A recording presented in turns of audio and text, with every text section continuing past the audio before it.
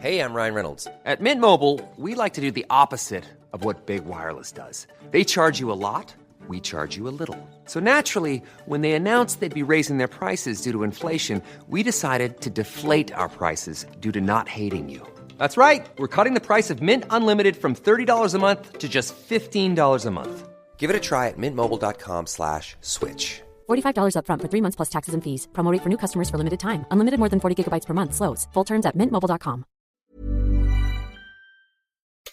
On today's Smart 7, Rishi and Keir focus on migration, Post Office investigator points the finger, and lots more. It's Wednesday, 19th of June. It's National Garfield the Cat Day, and happy birthday, Macklemore. The Smart 7. It's news, but not the news.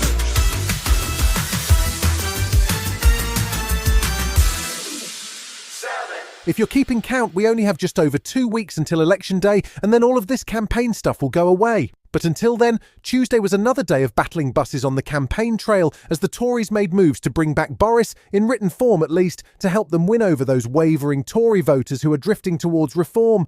Prime Minister Rishi Sunak was in North Devon, attempting to herd sheep with Lord Cameron, but he wasn't focused on agriculture. He was thinking about immigration in advance of Tuesday's seven-way TV debate. He's insisting only the Tories and the Rwanda plan can tackle rising net migration numbers. I'm the one who gets that this is an issue. I'm the one that's got a plan to do something about it. Keir Starmer doesn't, and that's a choice for everyone who cares about this issue at this election. The first Ipsos poll of the campaign suggests that Labour are heading for a 256-seat majority, with over 100 Tory seats on a knife edge as swing voters are targeted by reform. Labour leader Sir Keir Starmer was also speaking about migration on Tuesday, but he's focused on tackling the small boat problem at the source. The only way to stop this is to smash those gangs, and that's why we will set up our Border Security Command. This will be a new command with new powers, working with others to smash these gangs.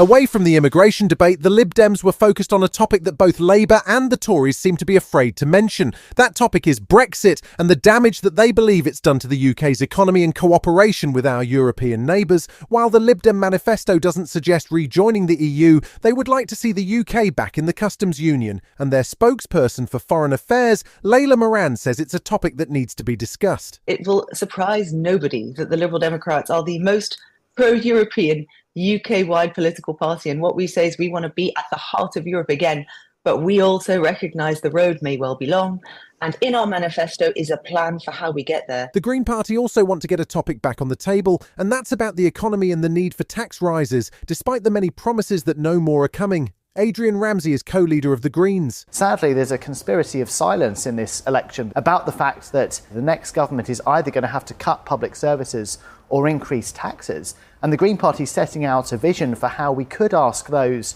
with the broadest shoulders to pay modestly more in tax in a way that will enable us all to benefit.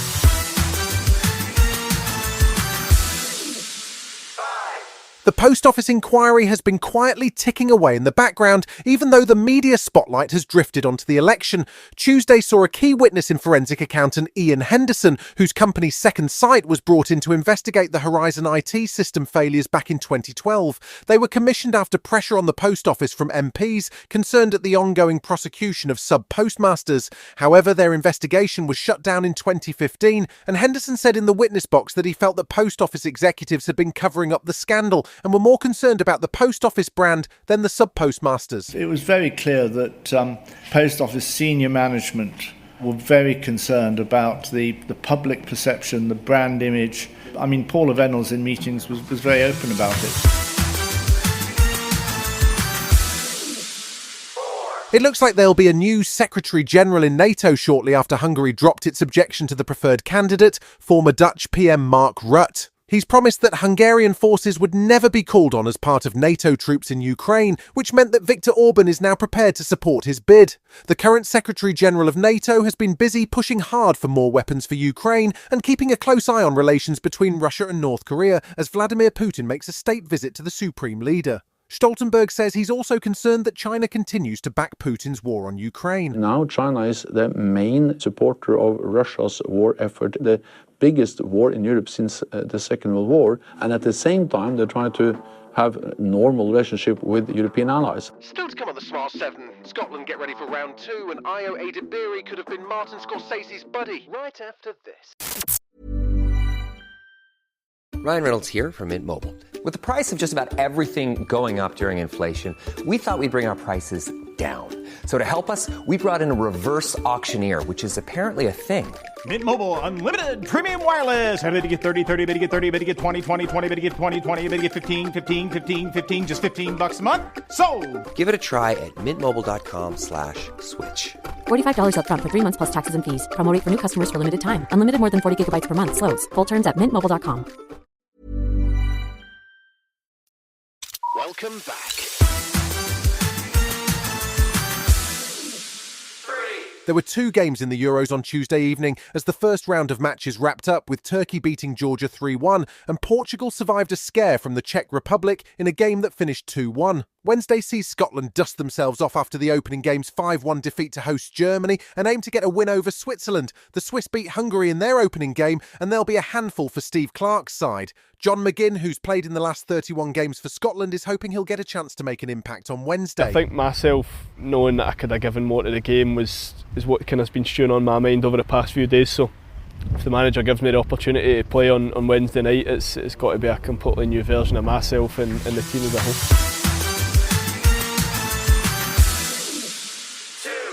You may not know this, but Ireland has effectively adopted Io Adebiri. She stars in The Bear, for which she's picked up an Emmy, a Golden Globe and a SAG Award, but it was a red carpet joke about playing Jenny the Donkey in the Colin Farrell movie The Banshees of Inisherin that won Ireland's heart. She's an incredible character and is a performer, writer and producer, but it turns out she could have been a buddy of Martin Scorsese, except things went off the rails when the scouting team for Boston movie The Departed knocked on her dad's door. When I was a child, they were filming The Departed. There was like a knock on our door one day and they were like, hey, we were about to film this Martin Scorsese movie. How would you feel about letting us use your house? And my dad was like, use my house so you can get the deed to my house.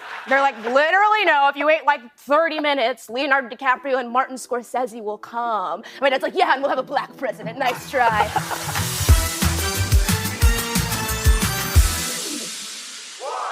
We've seen a lot of big names move to the small screen recently. Colin Farrell, Ewan McGregor, and now Natalie Portman is getting on board too. She's about to debut a limited series for Apple TV called Lady in the Lake. It gives her a chance to do some of that Black Swan spooky acting as she plays a housewife who quits her house to become a journalist pursuing the complicated story of 2 very different murders. It's set in 1960s Baltimore and also stars Emmy nominee Moses Ingram. The first 2 episodes drop on July 19th. I'm the one who found her in the lake. I can't just be someone's wife. Your writing dreams ruined your life. Now you wanted those same dreams to rewrite it. But why did you need to drag my dead body into it? You've been listening to The Smart 7. We'll be back tomorrow at 7 a.m. Hit that follow button and have a great day. Give us 7 minutes, we'll give you the world. Everybody knows backup and disaster recovery are huge concerns for IT professionals. But what if your current solution isn't providing the protection you think it is? On June 20th, Cove Data Protection from Enable is partnering with Microsoft to show you the ways traditional backup and disaster recovery are leaving you vulnerable to ransomware, and how a more modern cloud-first approach can close those gaps. This webinar will change the way you see disaster recovery, so don't miss it. Visit gocove.com/Microsoft to register.